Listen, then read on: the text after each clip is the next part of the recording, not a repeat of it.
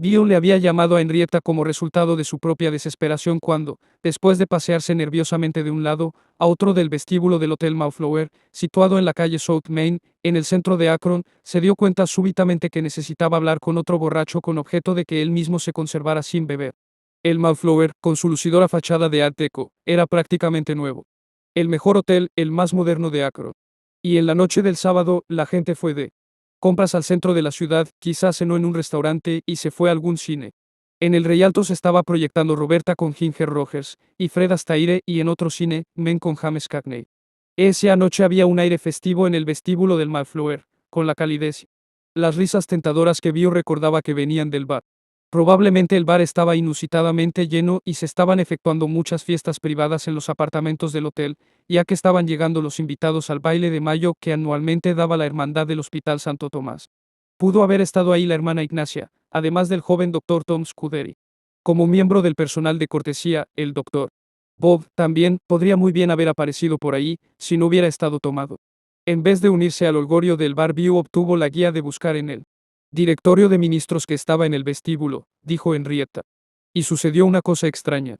Apenas miró ahí, puso su dedo en un nombre, Dr. Walter Tunks. Así que View llamó al doctor Tunks y el doctor Tunks le dio una lista de personas. Una de ellas era Norman Shepard, que era un íntimo amigo mío y sabía lo que yo estaba intentando hacer por el doctor Bob. Norman le dijo a View, tengo que irme a Nueva York esta noche, pero llame a Henrietta Seiberling. Ella se ocupará de usted. Tal como Vio lo describió, primero llamó a 9 de las personas en la lista de 10 y el de Henrietta era el último. Vio recordó haber conocido una vez a un señor Seiberling, anterior presidente de la Goodyear Tuber Company, suponiendo que esta era su esposa, y no podía hacerse el ánimo de llamarla con una súplica así. Pero, recordó View, algo me decía continuamente, mejor llámala. Ya que ella había tenido la oportunidad de enfrentar y trascender otras calamidades, ciertamente que me entendió, dijo View. Ella se iba a convertir en un eslabón vital para que sucedieran aquellos fantásticos acontecimientos que estaban a punto de conjuntarse en un eslabón vital para que sucedieran aquellos fantásticos acontecimientos que estaban a punto de conjuntarse para el nacimiento y desarrollo de nuestra sociedad de todas las personas cuyo nombre me había dado el servicial párroco, ella fue la única que se tomó el interés suficiente, quisiera hacerle patente aquí nuestra gratitud perpetua, concluyó View. El reverendo Walter Tunks desempeñó papeles de importancia en el inicio de la vida sobria del doctor Bob y en el final. Por supuesto, Henrietta no era la esposa del presidente de la compañía hulera, sino su nuera, y vivía en una residencia anexa a la propiedad de los Seiberling en Portage Pat, a corta distancia de la casa de los Smith. Henrietta intentó llevar a su casa a Bob y a Anne ese sábado. Podrían venir a ver a un amigo de ella, un alcohólico sobrio, que podría ayudar a Bob con su problema de bebida. En ese momento Bob estaba sin sentido en el piso de arriba, después de haber llevado a casa una gran planta, por ser el Día de las Madres, poniéndola sobre la mesa de la cocina y cayendo al suelo inconsciente. Todo lo que Anne y sus hijos pudieron hacer fue llevarlo escaleras arriba.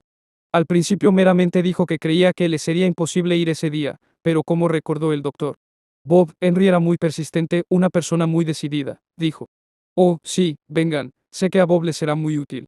Aún así, Anne no pensó que fuera muy prudente ir ese día, continuó el doctor Bob. Finalmente, Henry insistió que un grado tal que Anne tuvo que decirle que yo estaba pasado y fuera de toda capacidad de escuchar cualquier conversación, y que, sencillamente la visita tenía que ser pospuesta. El domingo Henrietta llamó otra vez a los Smith. ¿Está Bob en condiciones de venir hoy? No recuerdo alguna vez en que me haya sentido tan mal, pero me simpatizaba mucho. Henry y Anne había dicho que iríamos, prosiguió Bob. Así que salimos de la casa. En el camino, le arranqué a Anne la solemne promesa de que lo máximo que estaríamos tratando este asunto serían 15 minutos, yo no quería hablar con este embaucador, ni con ningún otro, y lo dejaríamos prácticamente con la palabra en la boca, dije. Ahora estos son los hechos reales, llegamos ahí a las 5 y eran las 11:15 cuando nos fuimos. Smithy recordó que aunque su padre estaba muy nervioso, no había bebido. Cuando se fueron en el coche a casa de Henrietta a conocer a este individuo, que podría ayudarlo. Por supuesto que yo no estuve en esa reunión, ya que entonces era un muchacho y mamá quería que papá se abriera ante View, así que no sé lo que ahí sucedió, aunque recuerdo que View se vino a vivir a nuestra casa poco después. Describiendo este encuentro con el hombre, que iba a ser mi socio, el maravilloso amigo con el que nunca tendría ya una palabra dura, dijo View. Bob no tenía mucho el aspecto de ser un fundador, temblaba mucho y con gran inquietud, nos dijo que solo podría quedarse 15 minutos. Aunque avergonzado, se animó un poco cuando le dije que yo creía que él necesitaba un trago. Después de la cena, que no probó, Henrietta nos apartó discretamente a su pequeña biblioteca y ahí hablamos Bo y yo hasta las 11 de la noche. ¿Qué sucedió realmente entre los dos hombres? Una de las versiones más breves y más interesantes la dio el antiguo compañero de clase del doctor Bob Arba J. Irving, quien cuando menos le dio el debido reconocimiento a lo que iba a convertirse en la bebida oficial de AA, menos el café que entonces se vendía a 15 centavos de dólar la libra. Y así se reunieron y empezaron a hablar acerca de ayudarse el uno al otro y ayudar a los hombres con problemas similares. Salieron hasta los suburbios más bajos de la ciudad y reunieron a un grupo de borrachos y comenzaron a hablarles bebiendo café. La esposa de Bob me dijo que nunca había preparado tanto café como lo hizo en las 2 semanas siguientes. Y ahí permanecieron bebiendo café e iniciando este grupo de ayudarse unos a otros, y esa fue la forma en que AA se desarrolló. Esto es verdad, pero tal como lo sabemos hubo mucho más que eso. Así, sería algo como conservarla demasiado sencilla. Durante años un cierto número de personas habían estado poniendo a Bob en buena disposición. El grupo Oxford tenía un programa y Henrietta le había dicho, no debes tomar una gota de alcohol. Evidentemente Bio le llevó algo nuevo, él mismo. ¿Qué le dijo al doctor? Bob que todavía no se había dicho. ¿Qué tan importantes fueron esas palabras? ¿Qué tan importantes comparadas con el hecho de que era un alcohólico hablándole a otro? Nadie lo puede decir con precisión. En realidad, ellos mismos, el doctor Bob y Beau, pusieron énfasis ligeramente diferentes sobre los factores que estaban ahí involucrados. En A. Llega a la mayoría de edad, escrito unos 20 años después, cuando ya Beau había analizado el acontecimiento a la luz de la experiencia subsecuente, dijo que él se había ido con prudencia respecto a lo deslumbrante de la experiencia religiosa. Primero, le habló acerca de su propio caso, hasta que Bob obtuvo una buena identificación conmigo, luego, y tal como el doctor William D. Silkworth le había precisado, la había volcado los aspectos físicos de la enfermedad, el veredicto de una destrucción inevitable. Esto, sintió Beau, produjo en el doctor Bob un desinfle del ego que lo lanzó dentro de una nueva vida. Al describir su plática como algo completamente mutuo, Beau dijo, yo había dejado de predicar, sabía que necesitaba a este alcohólico, tanto como él me necesitaba a mí, y eso fue todo. Este mutuo dar y guión tomar, está ahí en el corazón mismo de todo trabajo del 12º paso de AA. En Alcohólicos Anónimos, publicado casi exactamente 4 años después de su primer encuentro, el doctor Bob hizo notar que Beau era un hombre, que había sido curado por el mismo medio que yo había estado intentando emplear, o sea, el enfoque espiritual. Me dio información sobre el asunto del alcoholismo que indudablemente me fue útil. De mucha mayor importancia, continuó, fue el hecho de que él era el primer ser humano con quien yo había hablado, que sabía lo que estaba diciendo en lo que se refiere al alcoholismo, sacado de la experiencia real. En otras palabras, hablaba mi lenguaje. Sabía todas las respuestas y por cierto que no era porque las hubiera aprendido en sus lecturas. Sea lo que fuere lo que Beau dijo menos, y en el curso de unas 5 horas de conversación, tiene que haber añadido todo lo que él haya sabido, pensado o adivinado acerca del alcoholismo, y contado la versión larga de su historia. Intentando ser útil, Bob dejó de beber inmediatamente. Beau pareció poner más énfasis en lo que estaba diciendo, que en el hecho de que era él mismo quien lo estaba diciendo, mientras que Bob indicó que aunque le fue útil, ya había oído antes la mayor parte de ello, pero lo importante para él fue el hecho de que se lo estaba diciendo otro alcohólico. Si William James, Carl Jung y el Dr. Silworth, junto con todos los miembros del grupo Oxford, hubieran estado diciéndoselo, habría sido solo otra conferencia. Sue recordó que ella estuvo a la espera de que sus padres llegaran en cualquier momento de la tarde de ese domingo, y no llegaron sino hasta casi la medianoche. Cuando regresaron, su padre parecía más tranquilo de lo que había estado antes y, aunque todavía no se encontraba en buena forma, en conjunto parecía estar mejor. Estaba muy entusiasmado respecto a esa plática contigo, le dijo a Beau. Puedo recordarlo, no hablo mucho sobre ella, pero recuerdo que papá dijo que tú parecías haber estado más a gusto con él porque ambos tenían la misma cosa, y se dio cuenta de que no era él solo. Me dijo que simplemente los miembros del grupo Oxford no tenían el mismo tipo de problema. Tal como lo dijo Beau, la chispa se había encendido. Entonces, recordó Beau en una conversación con T. Henry Williams, el grupo se formó aquí dentro de tu grupo. Y yo pienso que creció rápido porque ustedes trabajaron duro, dijo T. Henry. Teníamos que hacerlo, dijo Beau. Estábamos bajo una tremenda compulsión y nos dimos cuenta de que teníamos que hacer algo por alguien, o nosotros en verdad moriríamos. Beau permaneció en Akron, dijo Henrietta, uno de mis vecinos había visto el cambio en mi vida, producido por el grupo Oxford. Y yo lo llamé y le pedí que arreglara que Bill se quedara en el club campestre por unas 2 semanas, para que tuviera donde alojarse, ya que yo sabía que a Bill no le quedaba dinero. Estaba terminando mayo y aunque Bill y el doctor Bob pueden haberse dado cuenta de que algo muy especial había sucedido entre ellos, no hay la evidencia de que tuvieran alguna idea de su plena significación. Es decir, ninguno de ellos dijo algo así como, bueno, somos los cofundadores de Alcohólicos Anónimos y mejor comenzamos a escribir los 12 pasos. El doctor Bob citó otro punto de identificación, la asociación de ambos con el grupo, Oxford, vivió en Nueva York durante 5 meses y yo en Akron, durante 2 años y medio. Pero había una diferencia importante, Bill había adquirido su idea del servicio. Yo no. Esta idea, que Bill llevó y que el doctor Bob nunca olvidó, fue puesta en acción. Inmediatamente, ya que empezaron a intentar ayudar además a otro borracho. En una carta a Lois, Bill hizo notar que le estaba escribiendo desde el consultorio de uno de sus nuevos amigos, el doctor Smith, quien tiene mi problema.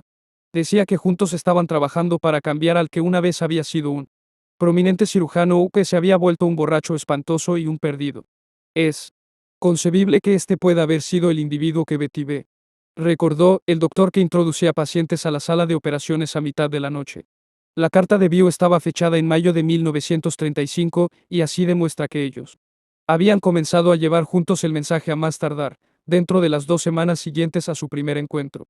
En esta carta y otras posteriores a Lois, aunque casuales, Bill hacía frecuentes menciones de los Smith, de que había estado ahí a comer y que había encontrado que el resto de la familia era tan excelente como él, que tenía que salir zumbando a la casa del doctor Smith vermontiano y alcohólico, para cenar. En una carta fechada en junio, Bill describió a Bob y Anne como gente 10 o 12 años mayores, que nosotros. Bill tenía entonces 39 años, mientras que Bob tenía 55, que estaba en peligro de perder su práctica profesional, decía Bill, aunque aparentemente es muy competente y es un individuo muy popular. Te gustarán muchísimo. En otra carta, Bill mencionó que se iba a cambiar a casa de los Smith. También, Anne escribió a Lois, quien en su siguiente carta a Bill le refirió esta atención. Bill no guardaba entonces las cartas, Lois sí lo hacía. La señora Smith es muy agradable, le respondió él.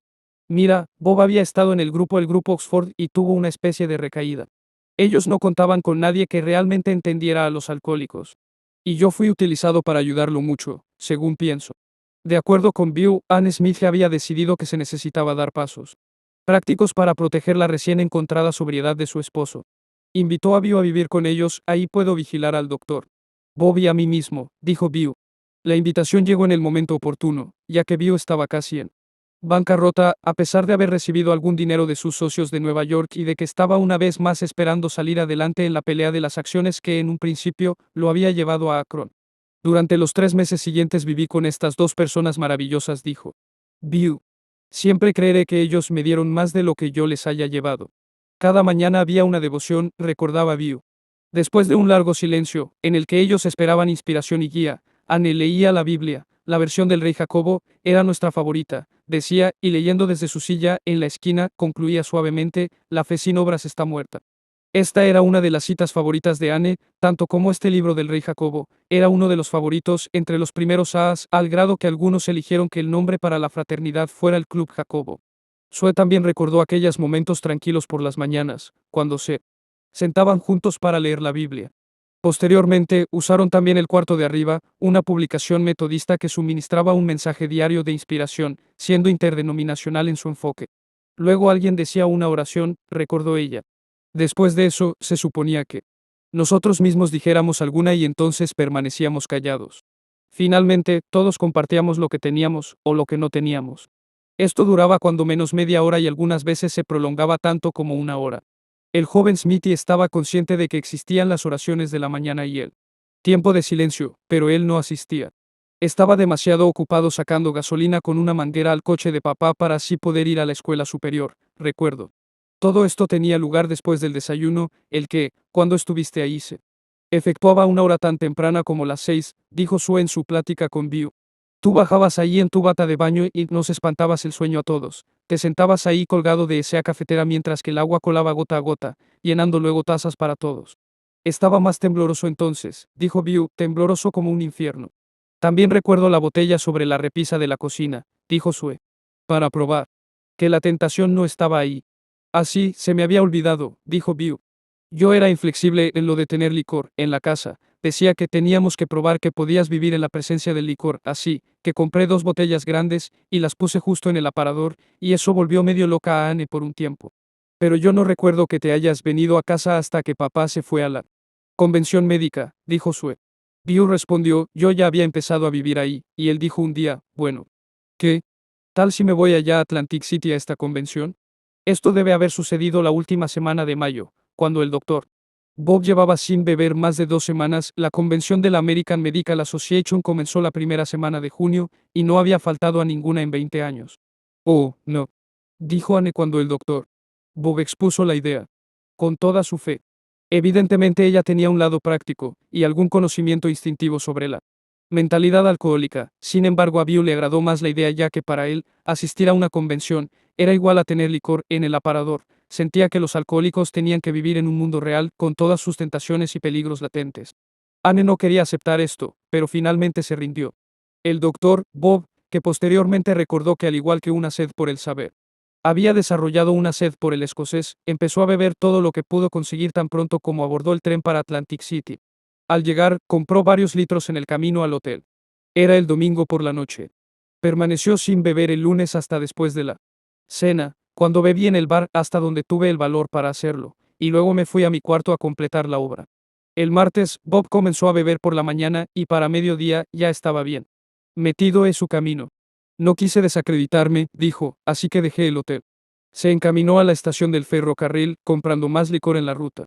Solo recordaba que tuvo que esperar el tren mucho tiempo. La siguiente cosa de la cual se enteró fue cuando salió de la casa de la enfermera, la de su consultorio, y del esposo de esta en Cuyahoga Falls. La laguna mental le duró realmente más de 24 horas, ya que Bill y Anne habían esperado durante 5 días, desde el momento en que Bob salió hasta que por medio de la enfermera tuvieron noticias de él. Ella, respondiendo a la llamada de Bob, lo había ido a recoger esa mañana a la estación del ferrocarril en Akron, en un estado que fue descrito como de alguna confusión y desarreglo. Bob no estaba totalmente consciente de lo que estaba sucediendo. Bill vino, me llevó a casa y me dio 1 o 2 vasos de escocés esa noche y una botella de cerveza a la mañana siguiente, dijo. Sin embargo, tal como Bill y Sue lo recordaron, hubo un periodo de 3 días de secado después de lo que incidentalmente fue la última convención de la AMA. Para el doctor Bob, ¿te acuerdas cuando tu madre y yo salimos de la casa temprano para recogerlo en casa de su enfermera? Preguntó Bill a Sue. Lo trajimos y se fue a la cama. Permanecí a su lado, en ese cuarto de la esquina, en el que había 2 camas. Sé que no estaba en muy buenas condiciones, dijo Sue. Entonces aparecieron los platos de tomates y miel caro. Eso fue para prepararlo a la operación, le explicó Bill.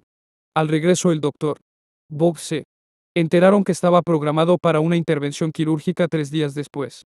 Era una cosa inoportuna, porque si estaba demasiado borracho no podía hacerla, y si estaba demasiado seco, estaría demasiado tembloroso, así es que teníamos que saturarlo con esta combinación de jugo de tomate, coles ácidas y miel de maíz. También le dimos alguna cerveza para aquietar sus nervios. Tal como Bill lo describió en otra ocasión, este típico proceso de reducción gradual duró 3 días. Nadie dispuso de mucho tiempo para dormir, pero Bob cooperó. A las 4 de la madrugada del día de la operación, se volvió hacia mí, me miró y dijo, voy a hacer lo que tengo que hacer, recordó Bill. ¿Quieres decir que vas a hacer la operación que tienes que hacer? He puesto tanto a la operación como a mí mismo en manos de Dios. Voy a hacer aquello que se refiere a ponerme sobrio, y permanecer de esa manera. A las 9 de la mañana, temblaba miserablemente cuando lo ayudamos a vestirse, dijo Bill. Nos invadió el pánico. ¿Podría hacerla? El que estuviera demasiado tenso o demasiado tembloroso, era casi lo mismo, su mal guiado bisturí podía cortar la vida del paciente. En el camino hacia el City Hospital en el lado este de la población, el doctor Bob se agarraba una mano con otra de vez en cuando para ver si es que los temblores se habían apaciguado. Justo antes de que se detuvieran, Bill, que también tenía a su lado práctico, le dio una botella de cerveza. Bill y Anne regresaron a la casa a esperar. Después de muchas horas, Bob telefoneó para decirles que la operación había tenido éxito. Sin embargo, no regresó al poco de haber telefoneado. ¿Se había ido a celebrar? Anne y Bill no tenían idea, solo podían esperar. Finalmente, el doctor Bob llegó a casa, había ocupado las horas que siguieron a la operación para hacer reparaciones a los amigos y conocidos de Akron. La botella de cerveza que Bill le dio esa mañana fue el último trago que llegó a tomar. Aunque se han presentado y se presentarán argumentos para otras ocasiones significativas en la historia de AA, se está en general de acuerdo que Alcohólicos Anónimos se inició ahí, en Akron, en esa fecha, 10 de junio de 1935.